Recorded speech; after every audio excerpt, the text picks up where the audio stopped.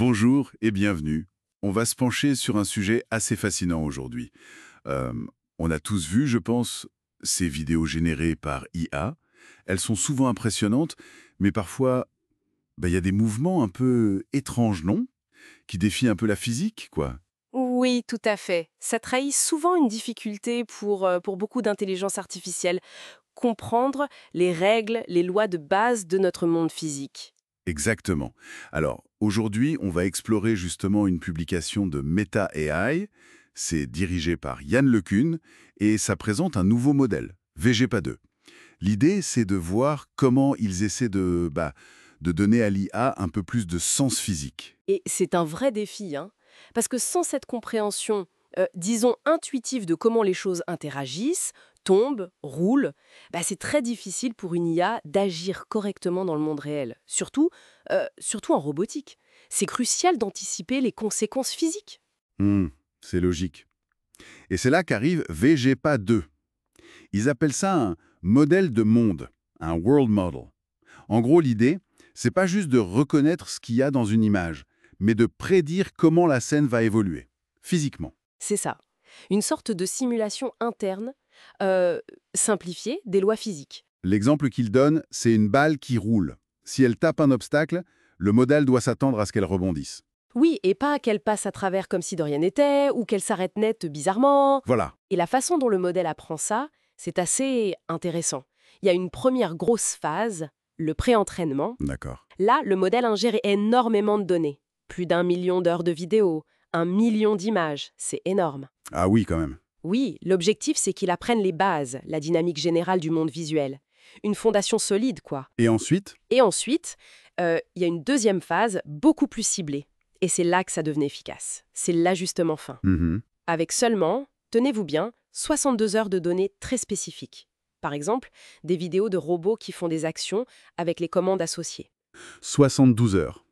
Comparé aux millions d'heures avant, Exactement, c'est très peu. Et ça suffit pour que le modèle apprenne à affiner ses prédictions pour des interactions physiques précises. Ça montre une capacité d'apprentissage rapide sur des tâches concrètes. C'est assez remarquable comme gain d'efficacité. d'accord.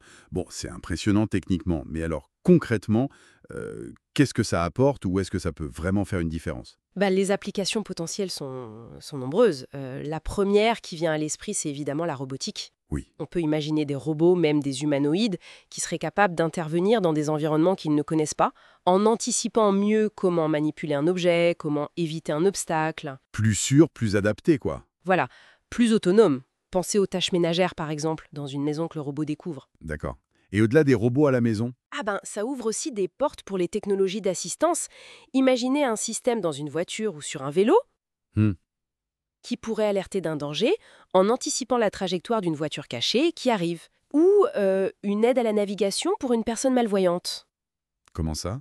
Dans un lieu inconnu, le système pourrait anticiper les obstacles qui bougent, comme d'autres personnes, et guider plus efficacement. Ah oui, je vois. C'est intéressant. Et il y a aussi un point important mentionné dans la source, sur l'accessibilité du modèle, non? Oui, tout à fait. VGPA2 est publié sous licence libre, la licence MIT. Donc accessible à tous. Oui, il est dispo sur GitHub, sur Hugging Face, et ça c'est important, ça veut dire que toute la communauté, les chercheurs, les développeurs, peuvent l'utiliser, l'améliorer, l'intégrer. Ça accélère les progrès. C'est une bonne nouvelle. Donc si on résume un peu, VGPA2, c'est une étape intéressante. On passe d'une IA qui, disons, regarde le monde, Oui, à une IA qui commence à comprendre un peu comment il fonctionne physiquement, qui anticipe les interactions. C'est un pas vers une IA plus ancrée dans le réel. c'est exactement ça. Et c'est fondamental, parce que cette compréhension physique, c'était un peu le chaînon manquant pour beaucoup d'applications qui doivent interagir avec notre monde, de façon autonome, intelligente. En robotique, mais aussi pour l'assistance. Tout à fait. Cette capacité à anticiper le physique, c'est vraiment clé pour l'avenir de ces systèmes. Ce qui nous amène peut-être à une dernière question pour ouvrir la réflexion. Hum. Si ces modèles, comme VGPA2, deviennent de plus en plus forts pour comprendre les interactions physiques de base, quelles capacités nouvelles, ou peut-être même imprévues, pourraient apparaître quand des robots avec cette intuition interagiront longtemps et de façon complexe avec notre monde? C'est une excellente question. Qu'est-ce que ça soulève comme interrogation pour le futur, pour notre cohabitation avec ces machines qui sentent un peu mieux le monde? Voilà. Matière à réflexion.